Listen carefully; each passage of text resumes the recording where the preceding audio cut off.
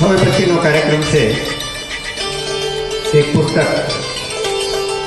The British મ્યુટિની of 1857.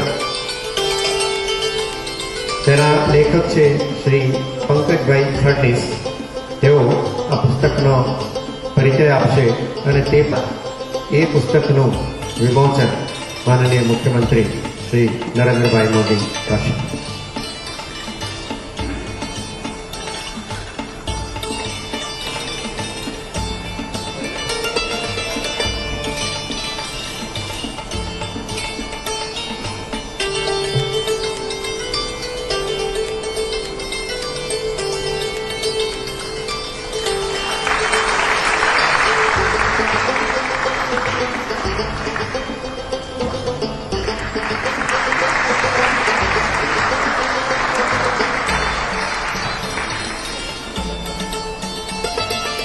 પંકજભાઈને વિનંતી કે આ પુસ્તક વિશે થોડીક વાતો આપણને કરે.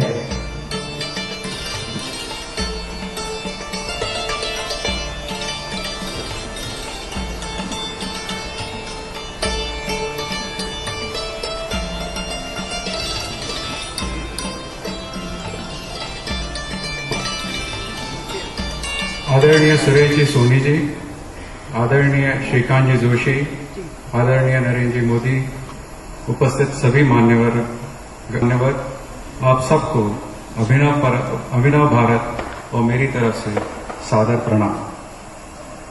आप सबको मालूम ही है कि अभिनव भारत की स्थापना स्वातंत्र वीर सावरकर ने सशस्त्र क्रांति के माध्यम से स्वतंत्र भारत के उदय के लिए की थी.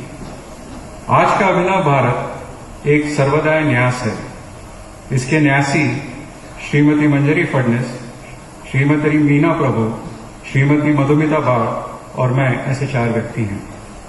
हमारा उद्देश्य सामाजिक एवं आर्थिक रूप से सर्वसंपन्न राष्ट्र निर्मिति के लिए हर संभव प्रयास करना है.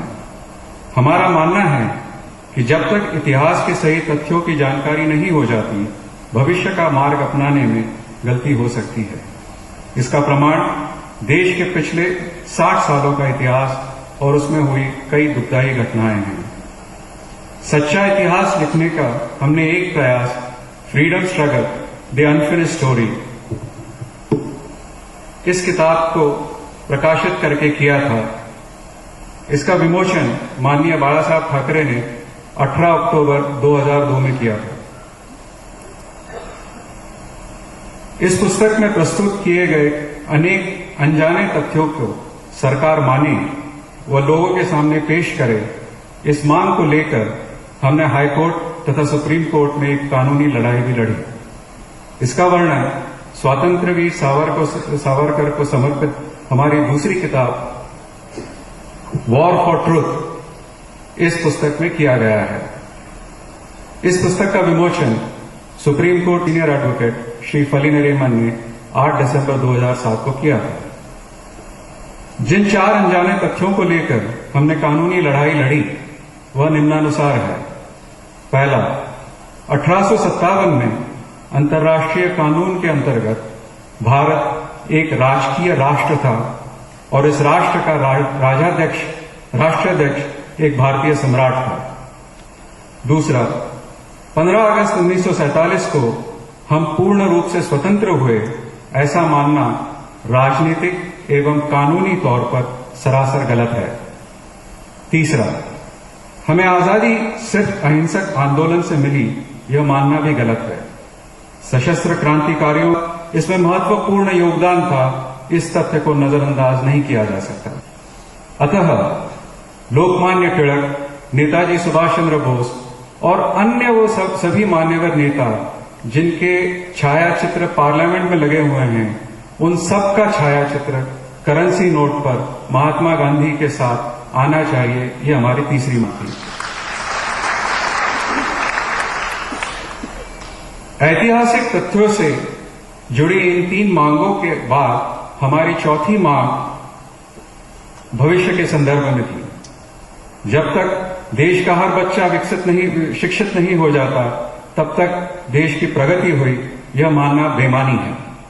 इसलिए ऐसा 2010 तक होना अत्यंत आवश्यक है ये हमारी चौथी मांग थी। इन मांगों को लेकर हमने कानूनी लड़ाई के अलावा जो अन्य प्रयास किए वो इस प्रकार हैं।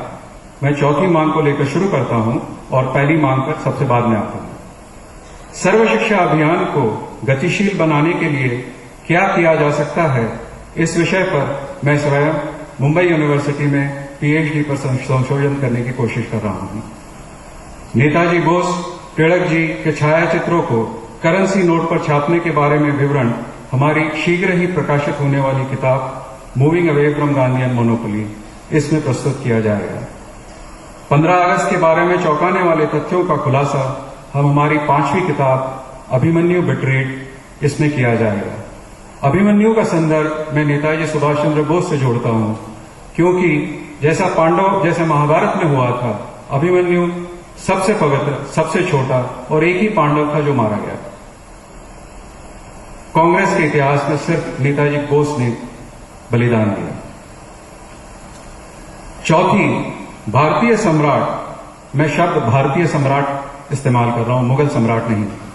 भारतीय सम्राट बहादुर शाह जफर के बारे में द ब्रिटिश म्यूटिनी ऑफ 1857, जिसका गुजरात में लोकार्पण माननीय मोदी जी ने अभी किया, उसके बारे में विवरण दिया गया है। मुझे अक्सर पूछा जाता है ये ब्रिटिश म्यूटिनी ऑफ 1857 क्या है। मेरा सिर्फ एक सवाल होता है, हिंदुस्तान में हिंदुस्तानी व्यक्ति बगावत कैसे कर सकता है? अगर बगावत करने वाला है तो वो बाहर वाला है। ये जो 4 मांगे हमने करी और सरकार के सामने पेश की, आपको जानकर आश्चर्य होगा कि इन मांगों के बारे में सरकार 6 हफ्तों में स्पष्टीकरण यानी रीजन ऑर्डर दें, ऐसा आदेश मुंबई हाईकोर्ट के डिवीजन बेंच ने 23 दिसंबर 2004 में दिया था। आज तक न सरकार ने कोई स्पष्टीकरण दिया है, न ही न्यायालय ने अपने ही आदेशों की अवहेलना करने पर सरकार पर कोई कार्रवाई की, और इसका सब वर्णन, सब आदेश इस किताब में है। आरटीआई एप्लीकेशन के तहत मिली जानकारी से पता चलता है कि नेशनल आर्काइव्स ऑफ इंडिया ने मान्यवर इतिहासकारों और विशेषज्ञों की एक समिति का गठन किया था। इस समिति ने इन मांगों पर, जो हमने उसके साथ सबूत पेश किए थे, उस पर चर्चा की, उस पर जांच की, और जांच करने के बाद वो कहते हैं ये मांगे अत्यंत संवेदनशील हैं, इसके ऊपर हम राय नहीं दे सकते। ऐसी क्या संवेदनशील चीजें हैं? इस देश का ब्रीद वाक्य क्या है? सत्यमेव जयते। कोई चीज संवेदनशील है इसलिए हम उसे सत्य मानने से इनकार कर देंगे? खैर, ये जरूरी है आपको और बताना कि मिनिस्ट्री ऑफ होम अफेयर्स ने, जिसका उल्लेख मैंने इस किताब के पीछे किया है, अपने फाइल नोटिंग में एक चीज जरूर लिखी है, और वो कहते हैं Bahadur Shah Zafar was sovereign over his empire. इसका मतलब वो मानते हैं कि 1857 में भारत का एक राष्ट्राध्यक्ष था और वो एक भारतीय सम्राट था। ब्रिटिश म्यूटिनी ऑफ 1857 के बारे में मैं इतना अवश्य बताना चाहूंगा कि स्वतंत्र वीर सावरकर ने 1907, मतलब 101 साल पहले, ये लिखा था कि मुगलों का राज, आक्रामक मुगलों का राज 1707 में औरंगजेब के निधन के साथ समाप्त हो गया था। 1707 और 1857 तक सभी समाजों का एक भारतीयकरण हुआ था, उसकी एक प्रक्रिया चल पड़ी थी। इसी वजह से 1857 में बहादुर शाह जफर को एक भारतीय सम्राट, न कि मुगल सम्राट, भारतीय सम्राट मानकर हिंदू और मुसलमान सैनिकों ने ब्रिटिश लोगों के, अंग्रेजों के खिलाफ जंग की थी। दुर्भाग्यवश इस क्रांतिकारी विचारधारा को, जो उन्होंने 1907 में पेश की थी, इस क्रांतिकारी विचारधारा को गांधी जी ने खिलाफत आंदोलन के जरिए नकारा और देश को विभाजन की तरफ धकेला। स्वातंत्र्य वीर सावरकर की इस भूली हुई विचारधारा को पुनर्जीवित करने का प्रयास ब्रिटिश म्यूटिनी ऑफ 1857 में किया गया है। मैं आपको एक चीज और बताना चाहूंगा, मैं कोई हिस्टोरियन नहीं हूं, मैं पेशे से इंजीनियर हूं, और ये लिखने की प्रेरणा मुझे इस वजह से मिली क्योंकि मुझे पिछले 11 साल से स्वतंत्र वीर सावरकर जी के घर पे रहने का अवसर मिला, उसका सौभाग्य मिला। इस प्रयास को आप सभी मान्यवरों का आशीर्वाद प्राप्त हुआ, ये हमारा सौभाग्य है। हमारे आने वाले सभी आगामी प्रयासों को भी आप सबका आशीर्वाद होगा, ऐसी हमारी मान्यता है। सुरेश जी सोनी, श्रीकांत जी जोशी, नरेंद्र जी मोदी तथा अन्य सभी मान्यवरों को पुनः एक बार प्रणाम। जय हिंद।